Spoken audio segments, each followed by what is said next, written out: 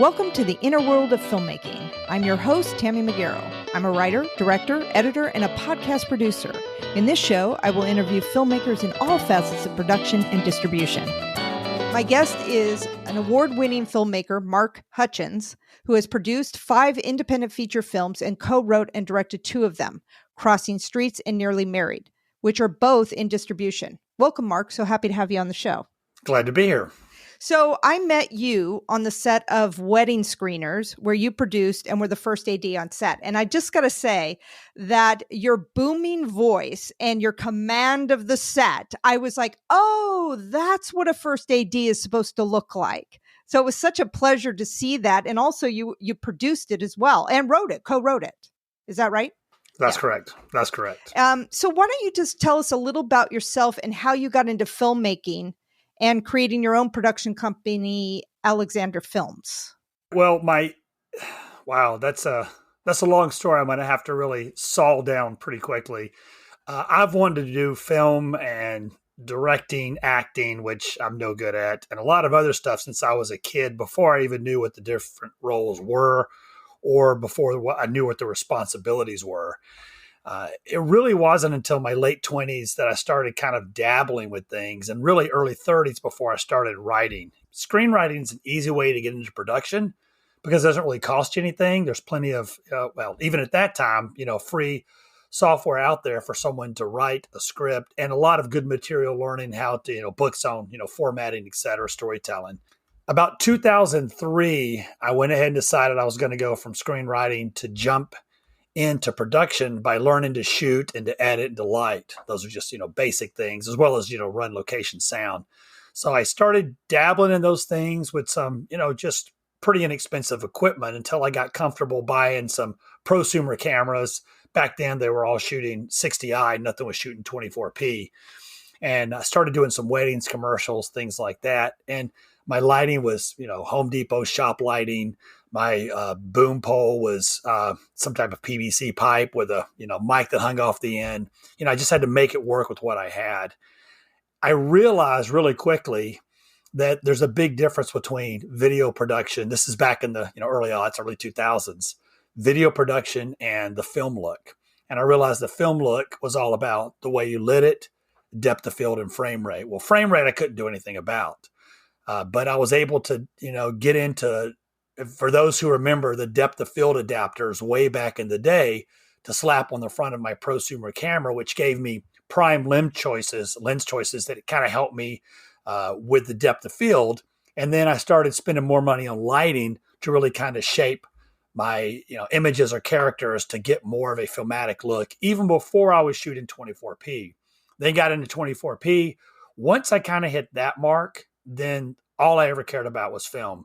Really quickly got away from doing commercial work as a producer and a director, and just focused 100% on supporting the local video production companies as their G&E by purchasing a 16-foot truck and then stocking it full of lighting and grip gear. That's what really opened my door to be able to get a lot of work quickly, make a lot of money, and turn my attention toward developing and producing really indie feature films. First one I came on not knowing a whole lot. This was 2008. I ended up with a producing credit because, in fact, I did carry a producing role. Next film, I was able to gaff a feature. Then I was able to be location manager on a feature. By my 4th feature, I was able to produce that one and also act as a DP. And it was really kind of thrown together production that supposedly didn't have a lot of money, but at the end, it turned out that they had a lot of support. So on the back end, they had a lot of support for post, but on the front end, we kind of had to make things work. And it was a huge crew, a lot of volunteers, a great experience that really opened the door for me to realize, okay, I can do this. That was my first big project in 2012. And really from there, I started taking off and focusing on, indie features, really from a directing, producing, writing side. So why don't we talk about what is a producer? What does a producer do? And then what's the difference between the executive producer and a producer? Well, that's a great question. To look at producing, there's some common labels. Well, first is executive producer. People often, look at that as like the top position. in a way it is. And as I understand it, the executive producer is often the liaison, the acting producer who's a liaison between a production company and the studio. So the studio will usually assign someone to EP or executive produce a project, a show that's being done by a production company. Even though it's a Sony or a Columbia Pictures, usually they'll have the crew that's built around to create this whatever Spider-Man or whatever. But Sony will have an EP that's responsible for overseeing that entire project. In the indie side of things, EPs are often known as the money man, money women, but they're the person that kind of pulls the money together. So you can have an EP on a production, and on my own projects, I often carry the executive producing role as well as producing, because I'm the guy that puts the money on the table or finds the money to fund the production. But I don't really like carrying that title, because a lot of people in the independent film space realize that an EP is not really a filmmaker. It's just someone like a parent or a dentist often, or someone else that's just going to put money on the table. So I really like to give that role away to somebody else that likes to put a little money down and say, hey, you can be EP. It's a very honorable position to be. And I stick with that producing role, because to me, that carries a lot more clout. But that's EP. Next is produce, and I'll jump back to that. Line producing is another role that carries a producing title, and that's usually the person that's watching the budget through the production. Again, that's often on the studio side, someone that's appointed by the studio to kind of keep tabs on what the production company is doing. In the indie side, often the producer will also be a line producer, because you're not going to hire a separate producer. You don't have those kind of resources. Then you get associate producing. Associate producing is really nothing more than just assisting producers. People like to give that title away as well, because all you're saying is, hey, you assisted a producer. It's almost like a PA for the producer, is the way I look at it. Yeah. So back to producing, because that was your original question. Producing is managing. I mean, that's the way I've always seen it. It's understanding the entire process. It's being able to break everything down from bigger pieces into smaller pieces, either be able to handle and be responsible for those smaller pieces along like development or pre-production into production or post, or it's being able to delegate those smaller pieces to other people. But I think producing is so important in that without that leadership, you're not really going to have like the captain, if you will. You need someone who's saying, this is where we're going and this is how we're going to get there. It's also the person that shoulders all the responsibility when things go wrong or things don't work out. Yeah, I agree. I think it's a lot of responsibility, and it's so important to have pre-production, and I think there are some films that don't even have pre-production. I don't understand that. You got to get everybody on board with what's going on. I can't fathom. I mean, I do a lot of pre-production, but we never do enough. And a lot of times we never do enough because my timeline's always like a project that I'm kind of working on now. If they want it, they want deliverables by May 1st, and we haven't even finished the script. So we're talking a 6-month window to, complete the script, finish development, of course, get greenlit, then go through all of pre-production, shoot it, and then get into post and deliverables all in 6 months. That's a very accelerated time frame. And what's always going to end up getting chopped off at the knees is pre-production. So, I'll do what I can, but ultimately we'll go into it wishing we had more time or wishing we had done different things. Producing is a lot of responsibility as well as directing. Both are very different focuses. So how does one wear those two hats on set? Let's use your film, Crossing Streets, as the example where you both produced and directed this film. How did you navigate both of these roles on set? That's a great question. Honestly, I choose no longer to do that, and I'll explain why. The first time I ever directed was my feature film, Crossing Streets, and that was in 2014.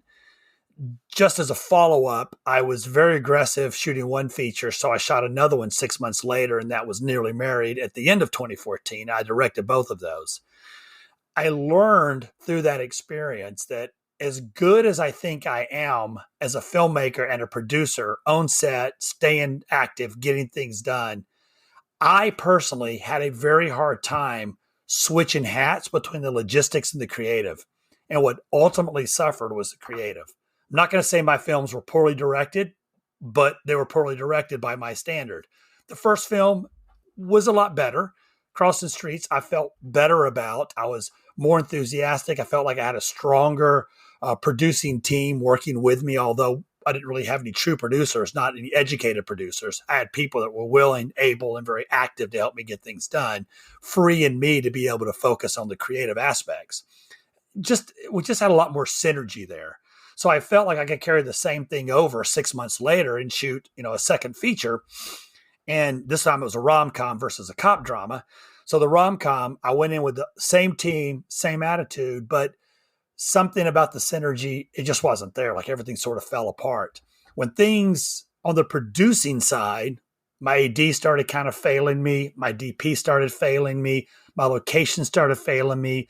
I mean, there was twice as much money, twice as many logistics, twice the size of the cast. When those pieces started falling apart and I didn't have a strong enough team to get my back as a director, then I had to quickly push back from directing and take those producing responsibilities away from other people to fix them and then give those responsibilities back to the AD, DP, etc., and then step back in that creative role. But when I watch that film, I see my shortcomings. I see ways that I failed to be interacting with actors and helping them see, okay, here's the emotional transition we need basically from one beat to the next. I was too focused, too distracted by all the other logistics going on. So I know there are good people out there that can both produce and direct, but I often wonder, just because they carry that producing role, are they truly producing during production? Or are they just part of the production with the producing title, maybe even truly producing by, pulling money in, by kind of walking through pre-production, by staying involved in post? That's all producing responsibilities. But are they actually doing that during production? Or are they able to shut everything else out when it's time to sit in the directing chair, focus on the creative alone, and then have people that really have their back? Because I realized that, as you mentioned at the beginning of the show, when Wedding Screeners came around, I had the opportunity to direct my own feature with Wedding Screeners. Again, I funded it. I co-wrote it. I could have easily stepped in that directing role, but I did not know anyone in Southern California at the time who I trusted to have my back as an AD, as a producer. So my option was to bring in a director and then to step back in that producing role to be able to manage the set, keep things on time and on schedule, or schedule and budget. Right. When people do dual roles, like directing and DP or producer and director, like I knew this one person that was a producer and directed a film, but I noticed the person was better at producing. They kept wearing the producer hat and it's like, no, you're directing. You need to be like with the actors, not doing producing type stuff. So I think that there is a challenge sometimes and a fine line between which one you're more comfortable playing, and you may tend to default back to that one instead of doing the job, switching to the job that you need to do. Yeah, I hear what you're saying. I think the thing is that I see a lot of people, wearing both hats, wearing both the creative and the logistic hat, but I haven't seen anyone do it very, very well during production. I can see people acting and, wanting to direct their own scenes, but that's staying in that creative space. Anything logistical kind of throws your mind in another direction. It's kind of that right and the left brain thing that happens. And when you toy with the two or jump back and forth, I feel like it's difficult to get back in that proper space. So, I mean, I'd say, hey, if you're going to do two things, producing anything, do it. But if it's anything else creative, once you get into production, allow someone else to handle that producing, or allow someone else to handle that creative role and just choose one during production. I think that's a great idea. Yeah. It's the end result of the film that really matters. It's not all the stuff that goes behind the scenes. So it's just reminding ourselves of that. So why don't you tell us a little bit about Crossing Streets? What was it about? And how did you think up that project? You were a writer. What really prompted Crossing Streets, the film I mentioned earlier that I produced in 2012, was a faith-based, kind of a serious drama about human trafficking. And their budget was ridiculously low. At the time that I kind of came on the production, they really didn't know what they were doing.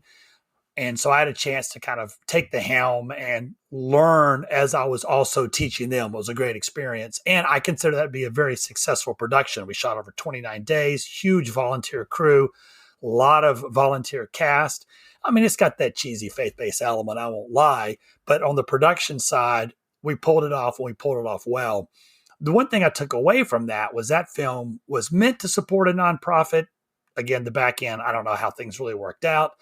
I kind of stepped away after production, but it was meant to support a nonprofit. That was the goal. And I thought, that's a great idea. Why don't we produce more features that support nonprofits? So I went to a nonprofit in my area, Straight Street in Roanoke, Virginia, where I was living at the time. And I said, hey, I want to shoot a feature film. I want to integrate your nonprofit. And, if we make money, we can, kind of throw some of that money back in the nonprofit to support it. But if nothing else, it would give you exposure, nationwide, and we can release it domestically, which is what happened. A buddy of mine at the same time, about a year earlier, actually shared with me an idea to do a series with a black cop, and a white pastor. We haven't seen that on TV. We haven't seen a cop show where there's been a pastor partnered with a detective or a cop. We've seen a lot of other combinations, but never a pastor. And we thought, well, that'd be great because this is a Christian nonprofit and they work closely with the police department. This could work. So I said, instead of doing a series, because, back in 2014, 2013, shooting a pilot, you're not going to get anywhere unless you can sell it to a network. But I said, if we shoot a feature, now we have something to market. We can go do something with it if it's good. What we did then is I said, let's sit down. Let's come up with a story. So he and I and a writer came on board and we developed the story for the film, pitched it to the nonprofit. They loved the idea, pitched it to the police department because they were going to be intimately involved with the production as well. They loved the idea. And so then, I had a writer take a stab at it. When I co-write, I find I'm a better finisher, at least the people I've worked with. I work with really good writers. They'll usually give me the skeletons with some meat, little muscle on there, and I'll usually start fleshing it out. By the time I'm done with it, I feel pretty good, and that's what we end up shooting. Wow, that's great. And what about Nearly Married? Tell me about that. Nearly Married was a quick follow-up. I really wish, even today, this is now 7 years later, that I had waited about a year and a half before I shot Nearly Married. You didn't ask this question, but I'll share this with you and the audience as well. Don't go from one production to another before you learn the mistakes you made on the first production. Yes. Because I too quickly jumped from, 6 months between one production and the other. So again, we, started writing the script right after we finished production of Crossing Streets while it was in post, while it was being edited. I wasn't doing the editing. I gave it to somebody else. I jumped right into developing the next story, writing it into production, and then learned a year later I made the same mistakes on both films. That aside, Nearly Married originally was titled Where Are You, Bobby Browning?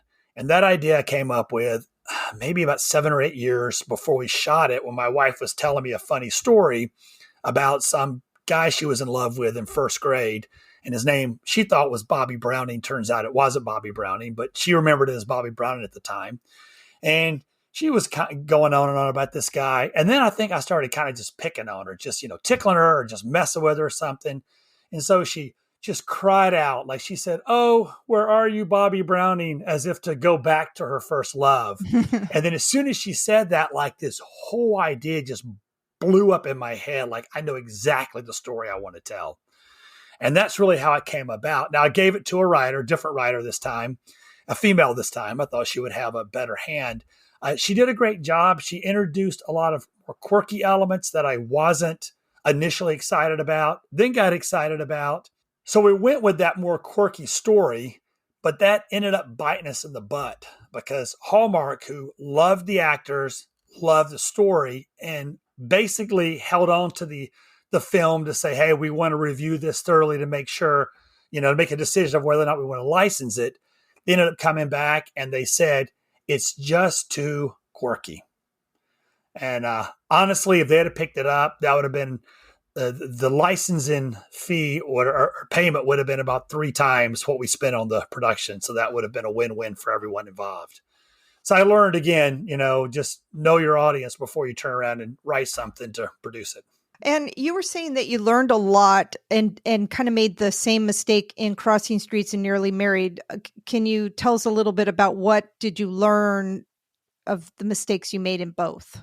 Yeah, wow. When I break it down, a few things that I really feel like I walked away from learning the hard way. Number one, having capable people in key positions is what's most important, at least on the production side, right? Even pre-production, but having capable, not people. And you'll hear someone say, well, if you have heart, that's all you need.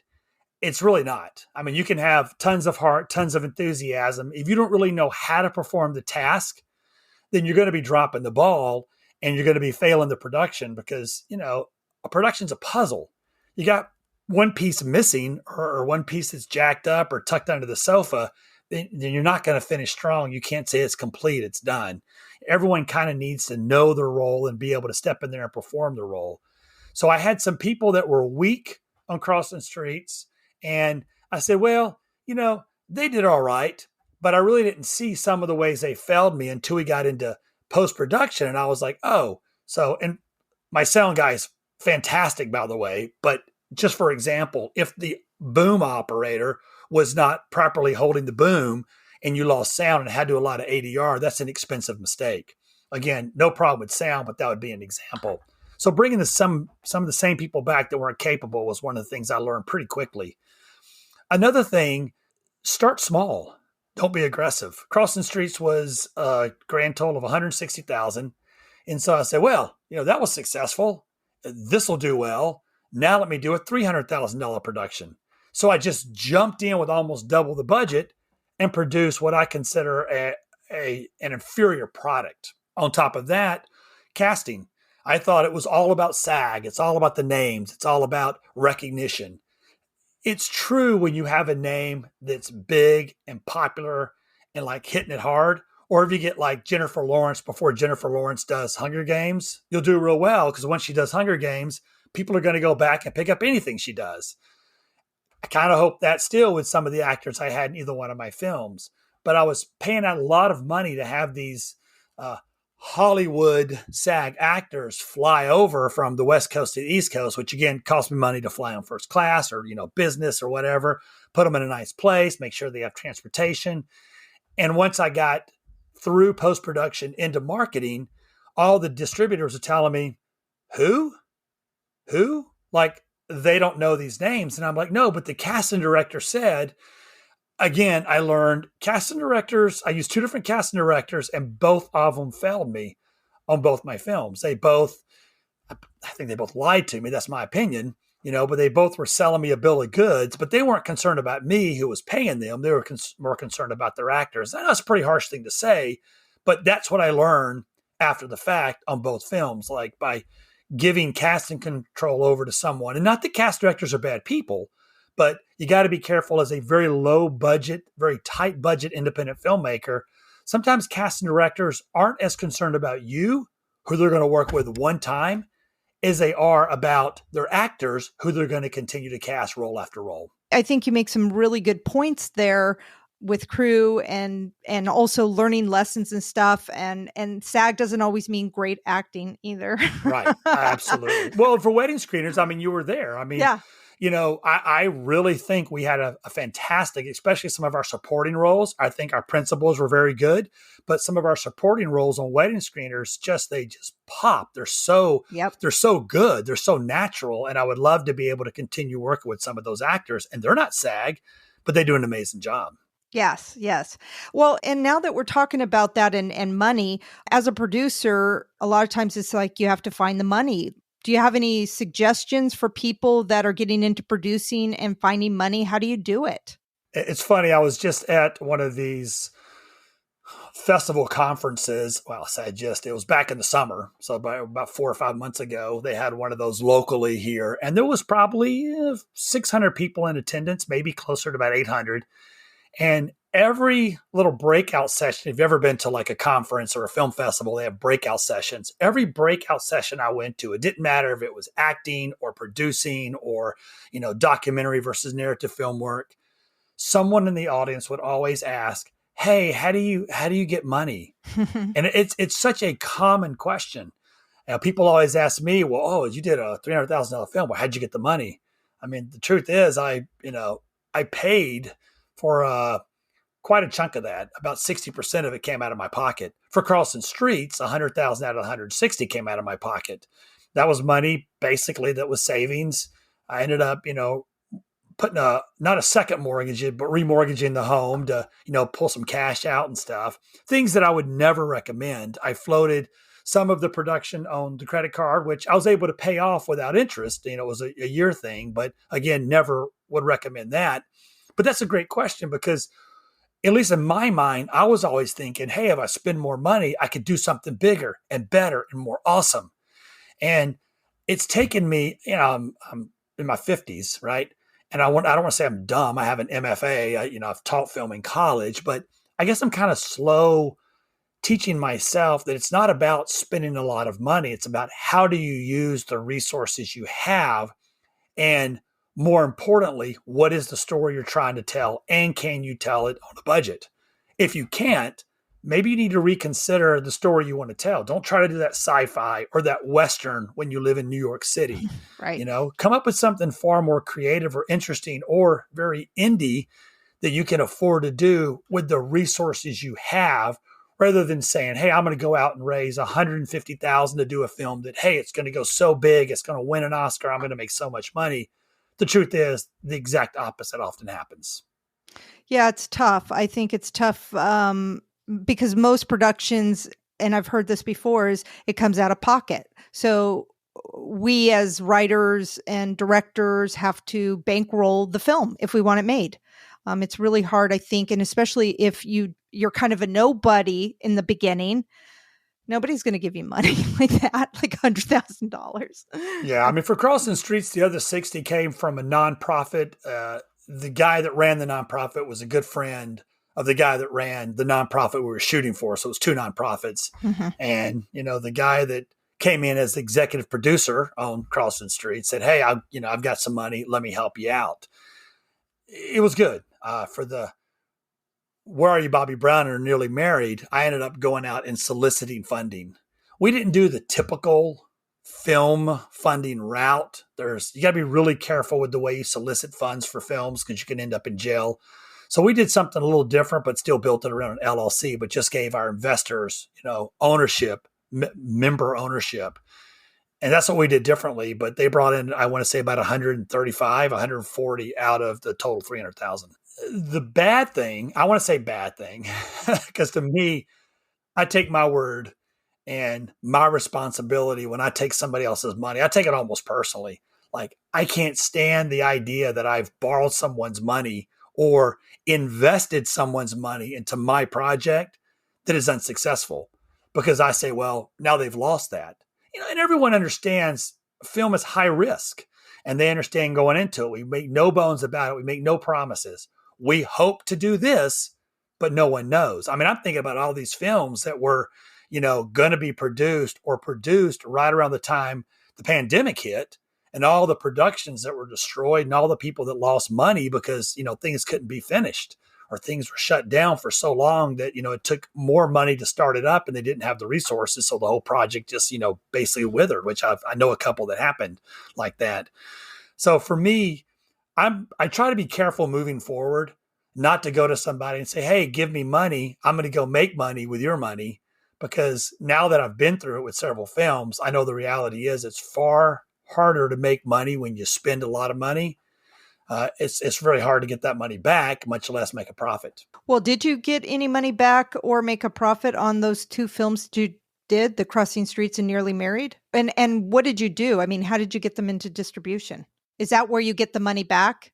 Right. So that's two questions, and they're great questions. First, yes, you have to get a film into distribution.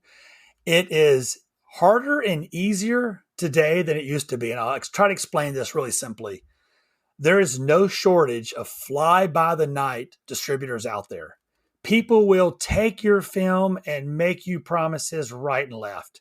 If you can get it in front of somebody, and most of the time, because if your film is on IMDb, folks are finding your film through IMDb. They have to. There's no other way they can find my films. And then they're contacting you saying, hey, your film is what we want for our library.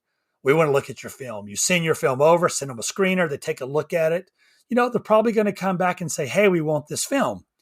And then they're going to give you some ridiculous deal such as, hey, we're going to take the first 12,000 and then we're going to give you we're going to take 20% after that and give you 80%. But we think we can make $200,000 to $300,000 on your film. You're super excited because you only spent like $80,000 on this film, and they take the first 12 and they start giving you 80% and they can make 300,000. Boy, you're going to make so much money. You're so excited. I mean, I was, right? I was. And my deal wasn't even that good. My distributor actually took the first 25,000, and then I got 78. He got 22 after that, minus marketing expenses. I was kind of desperate though, because 7 or 8 years ago, it was a little different. Now, I said 6 or 7 years ago, it was a little different. There weren't as many companies. It wasn't being pushed out on streaming the same way it is now. So what happens is, and just think about it just for a minute. Someone agrees to take your film and they say, hey, I'm going to take your film. I'm going to have to put all this energy and effort into it. I'm going to have to get all this stuff done. And I'm going to keep 12,000 because that's going to be what it's going to cost me to get it out there. But then I'm going to make you a bunch of money. So you're like, okay, I'm on board, right? Well, first of all, your deliverables list just gets ridiculous. I mean, it takes you months to even get your deliverables to them sometimes. You know, your audio stems, your video stems, all this other kind of stuff. I'll leave that on the table, right? Then they take your film and they go out. They're going to make 12,000 on your film because they're going to pocket 12,000. I mean, there's just no question about it. Your rom-com, they're going to go out there. We're talking internationally, right? It can be done domestically. I'm talking internationally right now. They're going to go out there and they're going to make $12,000 off your film. They're going to get it licensed here and there and the next place. It'll be in Turkey and then China and then, somewhere in Africa. And then it's going to be up in Switzerland. And they're going to send you quarterly reports showing how it's all these places it's going. And then what's going to happen, they're going to give you an email after a couple of years and be like, hey, the film's just not doing as well. And I'm doing the best I can. But hey, here's your check for $500. Oh, geez. Right. And so you're thinking, well, wait, what happened? What happened to my hundreds of thousands of dollars? Well, this is what happened. No one's going to tell you this, but this is what happened. Your film's already been out there for a year and a half. They've already found another film that they've picked up that they said, hey, we're going to make the first 12,000 and we're going to make you hundreds of thousands. Now, if you think about it from a business standpoint, if you can create a product and you can make $100 off that product on your first sale, and then you're only going to make $2 off that product on every sale after that, or you can pick up a second product, make $100 off that first sale, and then make $2 off. You see what I'm going with this? Mm-hmm. It's much better for these distributors to pick up new films every 6 to 8 months to a year, because they're going to make the bulk of their money off of the front end of those license deals. After that, what's their motivation? Do you want to sell this film or license this film? You're going to get $3,000 for licensing this film, or you're going to license an old film and you're only going to get 20% of $3,000. So you're going to walk away with what? $600? 3,000? 600, 3,000.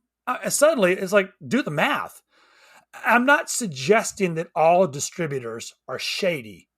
It's a terrible business for independent filmmakers. We've already assumed all the risk. We've put our blood, sweat, tears, dollars on the line. It's our baby. We want to see it go out there and make money for us. But who's going to make money? Distributors. It's very, very difficult for independent filmmakers working with these small distribution companies. It's very hard for us to make the money because they're always going to get the money first. And then after that, they're promising us. But I have talked to so many, and I mean a lot of independent filmmakers who say, oh, yeah, they told me it was going to make me, they told me they can make $500,000. And 5 years later, it never made more than maybe $10,000 over what they first pocketed. Mm-hmm. I was like, it makes sense. Why are they going to try to make $500,000 with your film when they're making 20% when they can make 100% of any other sale? And there is no shortage of films. Right. Everyone's fighting to get their film out there. So your film will be replaced by the next film that looks like yours. And there are a lot out there that look like yours. As soon as they hit that mark, quit making 100,000 of what you have, then they're going to go to the next film. It happens all the time. Well, and also, over a year, your film is now a year old. I mean, year, 2 years. Yeah. You got to be careful about dating your film, right. Flip phones, right. High waters, whatever, styles change, everything changes. You're absolutely right. Do a period piece, you can at least run that year after year. Right. You do something that's today, everything changes.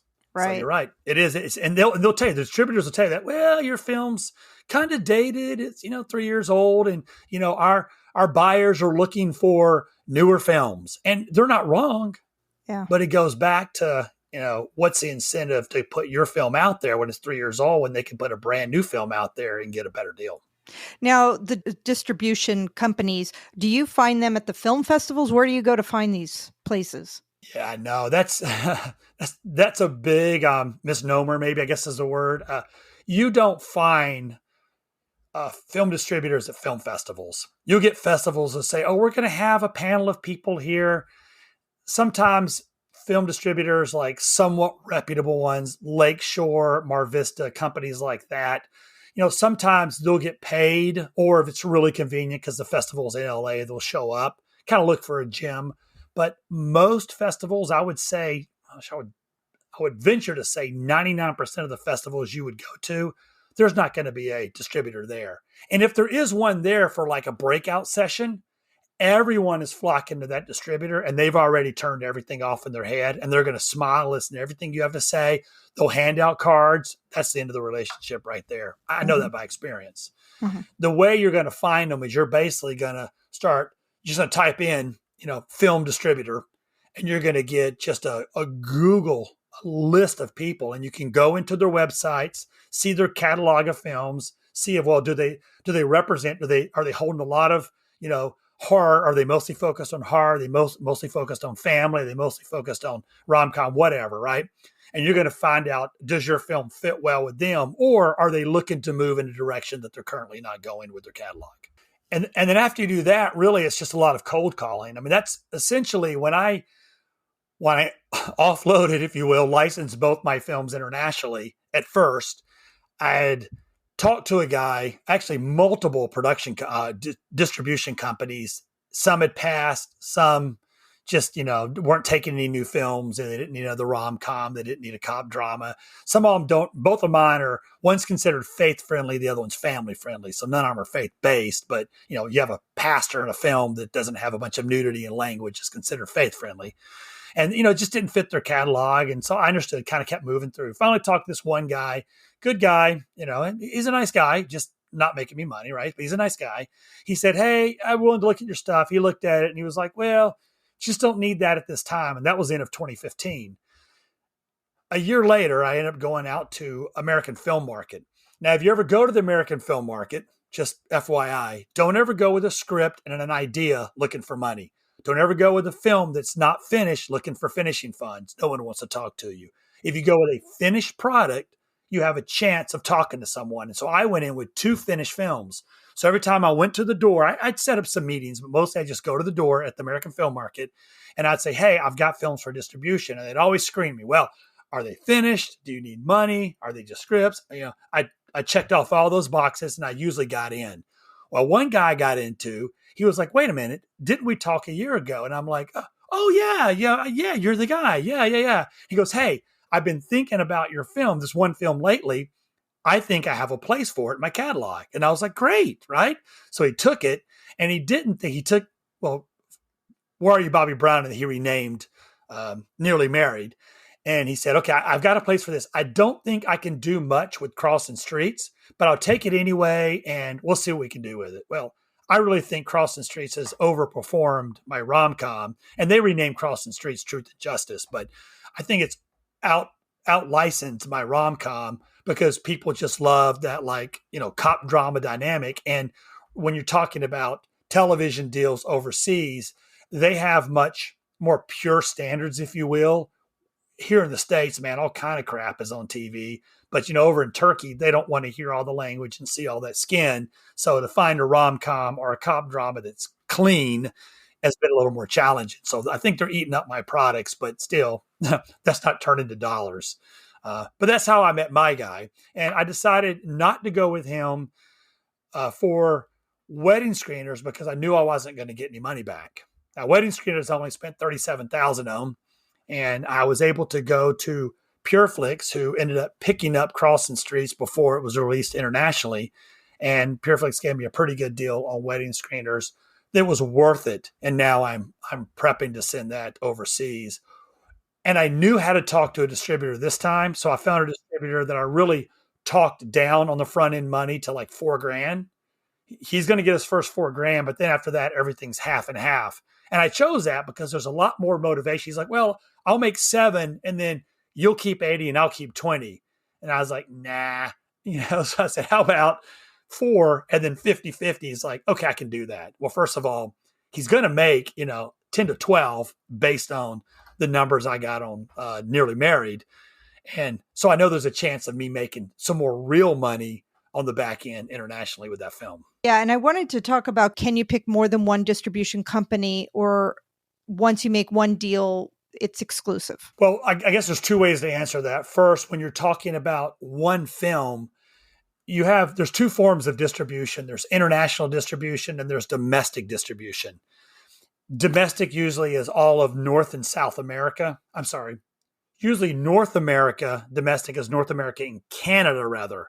South America is considered internationally in most cases. Now you can, set this deal up however. You can say, I'm just going to give you the 50 states and nothing else. You can say, I'm just going to give you 49 states and not Hawaii. It doesn't matter how you set it up.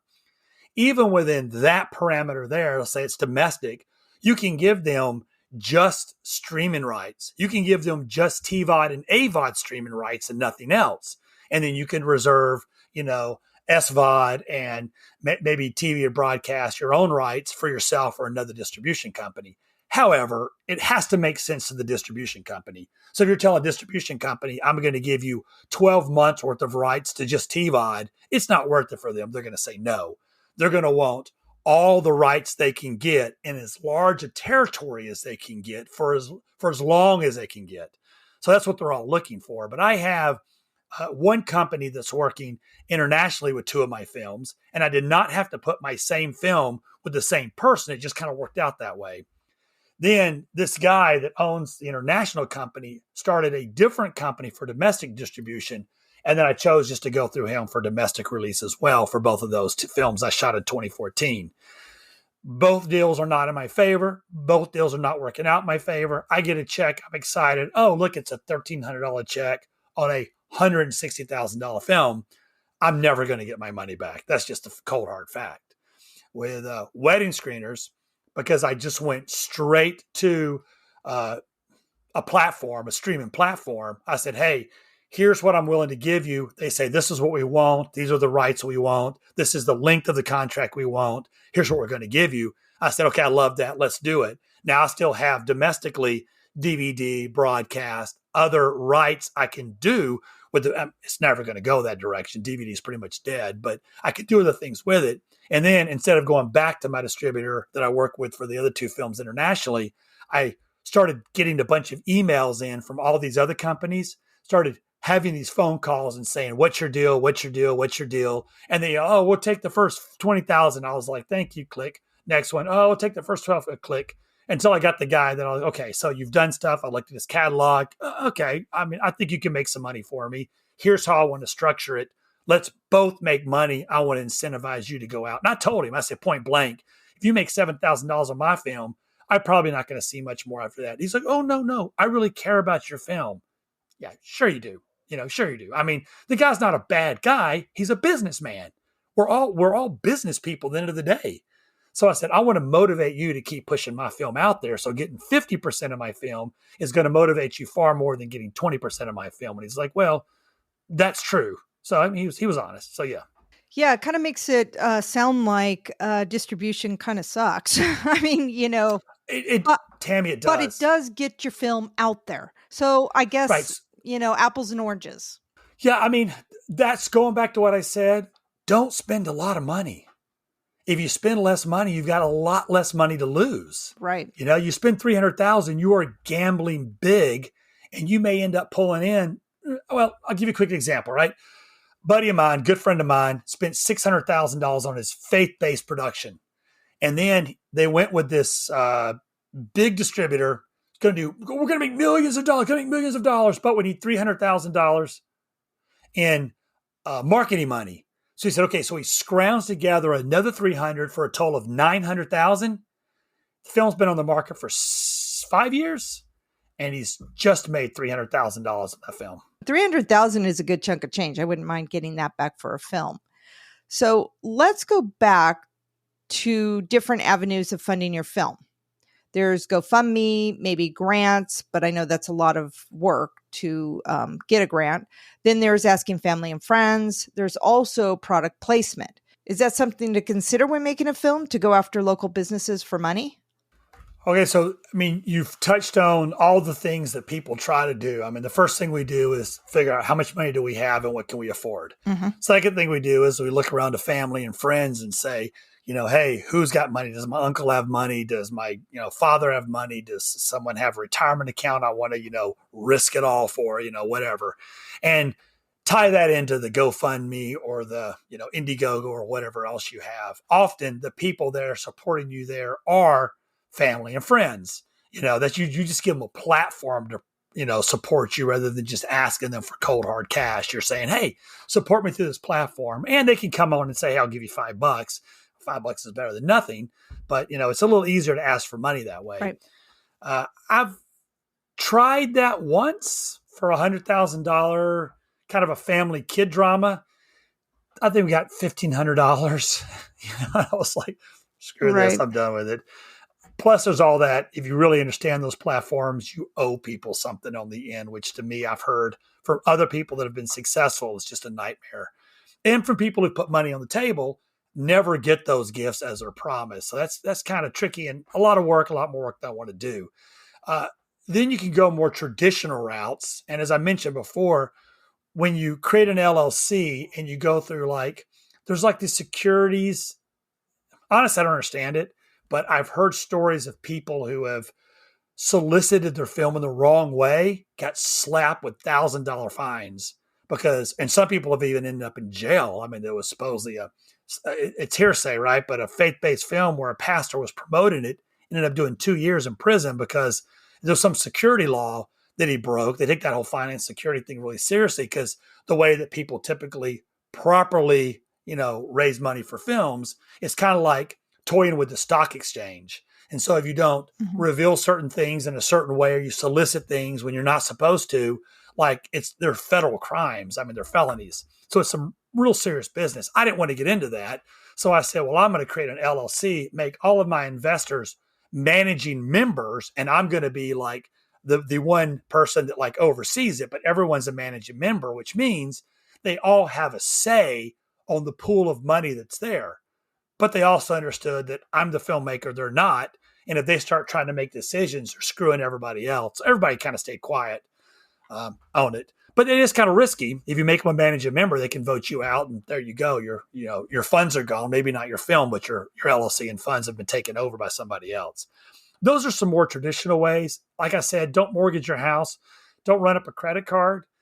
And my advice is always to say, look at Robert Rodriguez, Rebel Without a Crew. Read his book.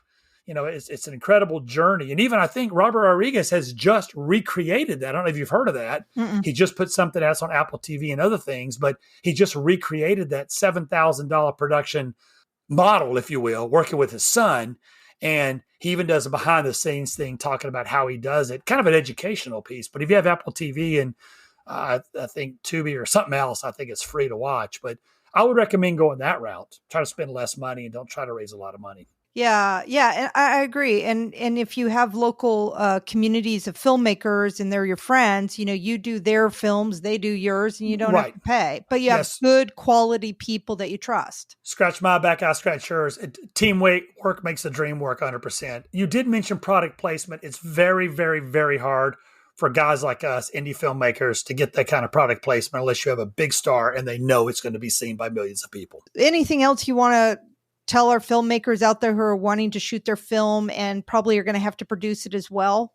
A good producer understands the entire process. And that's what I used to teach in my classes all the time. The 5 stages, development, pre-production, production, post, and marketing. If you understand all 5 stages and you understand them better than anybody else on set, you're going to be all right. You're going to know during development, that's the time to start getting your behind the scenes video, behind the scenes photos, to start talking about promoting your film. That's also the time to start talking to potential distributors, right? If you know you're going to do a rom-com and you know it's going to be a Hallmark film, it's going to fit well with Hallmark, make sure, do your research to know that what does a Hallmark film look like that's filmmaking by the numbers. They have a very, very specific target audience and a very, very specific formula. So know that's what a good producer is going to know going into development.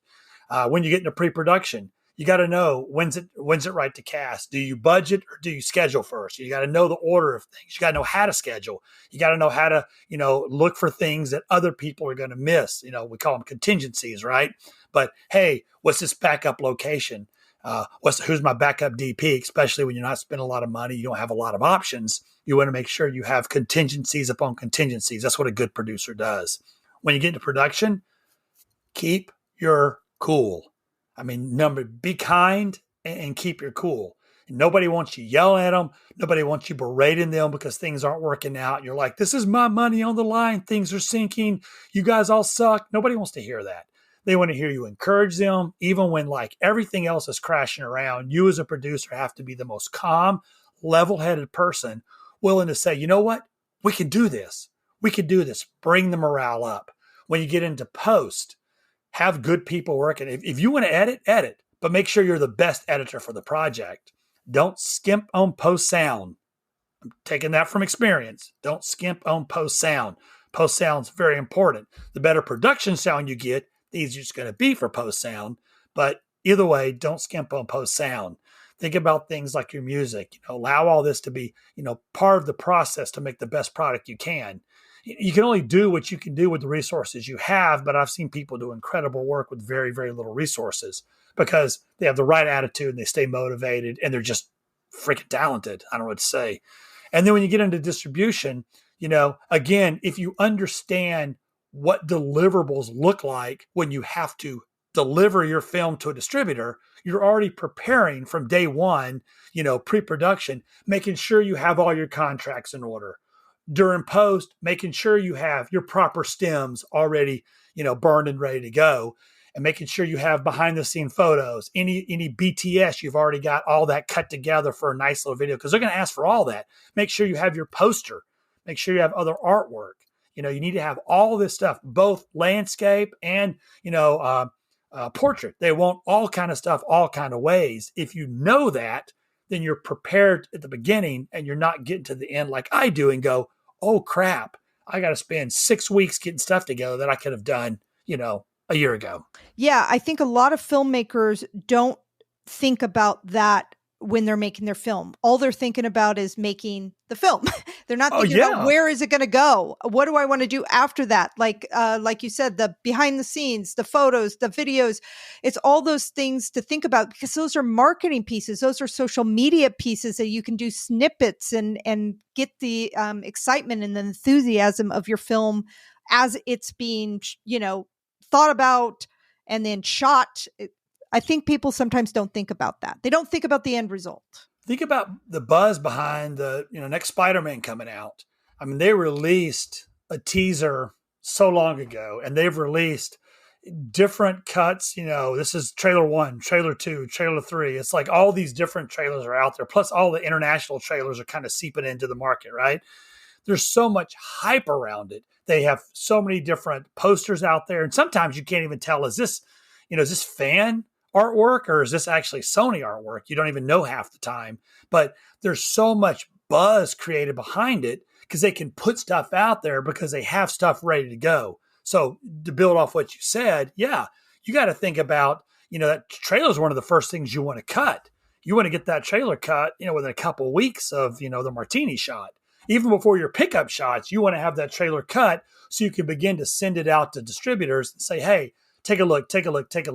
If they love your trailer and they love your artwork, I suck at artwork. That's my weakest. I can't cut a trailer, so I have to give other people to do it, which is hit or miss for me because I can't afford, like someone to really do it right. So I do the best I can.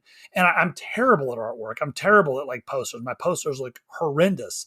So I need to up my game when it comes to the poster and the trailer. That's why I need to up my game personally.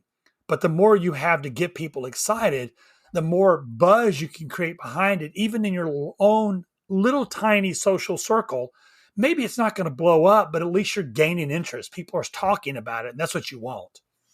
Right. And I think you brought up some good points, is know your strengths and weaknesses, and then find somebody who can do that. 100%. 100%. Yeah, you're not going to be good at everything. You may say, oh, I can do all this stuff. Sure you can, but can you do everything as well as someone else?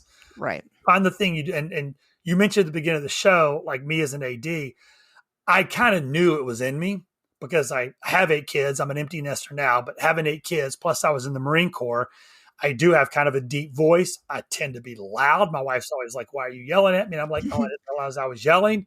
I'm not afraid to get in someone's face, but I'm not afraid to compliment someone either when they do an amazing job or a good job. And I'm like, hey, great job. Or they're struggling. And I'm like, hey, let's work on this. And I stay very positive about it. So I realize my temperament works well as an AD. And especially when I own the film, there's a level of ownership that I bring to it. And I want everyone to be a part and share this journey with me. And I want everyone to be excited and get really happy and be motivated to come back, because God knows I can't pay them enough, so I need to give them something to want to come back to. And I've worked with ADs that suck.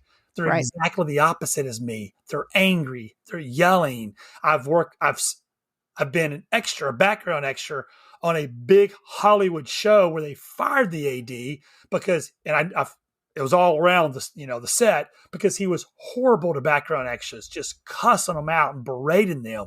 He was gone and they brought a new person in because they weren't going to put up with that. So yeah, even in Hollywood, you got to treat people right. So yeah, AD is my thing. It's where I love to be. So producing AD is where I plan on putting my energies moving forward. Not directing? I mean, if I build a team over time and I'm confident that I have team members that can produce, I want to say like I produce, that almost sounds arrogant, but they can produce well enough that I'm confident I'm not going to have to put that hat on while I'm directing, possibly. I would like to direct again, but that's not really my passion. My passion is developing content, producing content, and on set, I just love that AD role, probably more than any other. Well, and you're still in charge. I mean, right. That's the cool thing, is you're really connected to all the departments. Right. Which is really cool. You're the person everybody talks to. Right. Right. I mean, and you're the person that makes the decisions, right or wrong. You got to make those quick on the fly decisions for what's going to happen. Right. Time and money. Well, and I also want to say is, like, working on your set, I would work with you any day of the week, because you are so nice. And, you're a teacher too. So you're really good with people, like teaching them if they don't know. It's not like you made anybody I felt like, wow, I'm learning so much on this set with you, because you're really like breaking it down and just making sure everybody's doing okay. I hope that we can work together in the future. Yeah, that'd be great. I really appreciate that. Well, thank you so much for your time and being on the show. And I'd love to bring you back in different roles. Yeah, let's do it, Tammy. Catch up with me in about 6 months, and maybe I can share a new project with you. That would be great. All right, have a good one. Thank you so much for listening. I encourage you to get out there and make a film. Reach out to your local filmmakers group to get involved and connect. Please subscribe to the show if you like it, and follow me on Instagram @TammyMcGarrow. Until we meet again, what's your story?